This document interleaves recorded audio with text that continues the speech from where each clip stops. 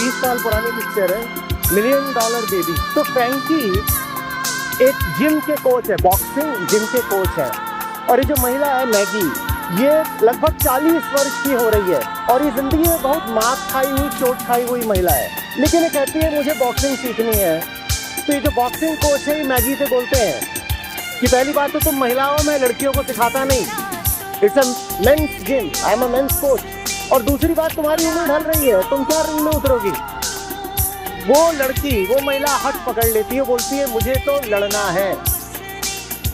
और एक दिन वो उसके हट के सामने मजबूर होकर के कोच उसको स्वीकार कर लेते हैं और उसको सिखाना शुरू कर देते हैं। उसको सिखाना शुरू करते हैं, वो उनकी उम्मीदों से ज़्यादा मेहनत करके दिखाती है। वो दुनिया की बड़ी से बड़ी बॉक्सर को हराना शुरू कर देती है। लेकिन एक दिन एक जर्मन बॉक्सर होती है, वो जर्मन बॉक्सर पीछे से वार कर देती है, मैगी एक स्टूल पर गिरती है, उसकी गर्दन टूट जाती है, वो पैरालाइज हो जाती है। वो अपने कोच से प्रार्थना करती है, कहती है तुमने मुझे जीना सिखाया, तुमने मुझे नई जिंदगी दी, मुझे मौत दे दो। कोच कहता है नहीं, मौत नहीं दूंगा, हमें लड़ना है, हमें इस स्थिति से भी लड़ना है। लेकिन डॉक्टर एक के बाद एक जवाब देते जाते हैं और अंततः वो कोच से फिर पूछती है, तुमने ही कहा था कि मैं एक महिला बाद में हूँ, मैं एक मनुष्य पहले हूँ, और एक मनुष्य के लिए सबसे जरूरी होती है उसकी गरिमा। इस अस्पताल पर ऐसे बिस्तर पर पड़ी हूँ, मेरी बताओ क्या गरिमा है। अंततः वो कोच ही उसको एड्रेनलिन का इंजेक्शन दे देता है, उसको मरने देता है।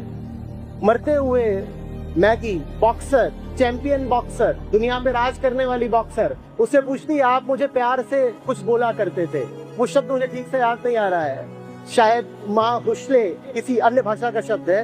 वो बहुत प्यार से माँ हुस्ले करके उसको संबोधित करते थे। बोलते हैं मैं जा रही हूँ, ये मेरी आखिरी सांसें हैं, इनका मतलब बता दीजिए, ये आप मुझे क्या बोला करते थे। उसकी आंखें बंद हो रही है, कोच कहते हैं उसका अर्थ था मेरे दिल की धड़कन। दिल की धड़कन रुक जाती है। रात के अंधेरे में उसको विदा करके कोच स्वयं भी विदा हो जाते हैं। उसके बाद उस कोच को कभी किसी ने नहीं देखा।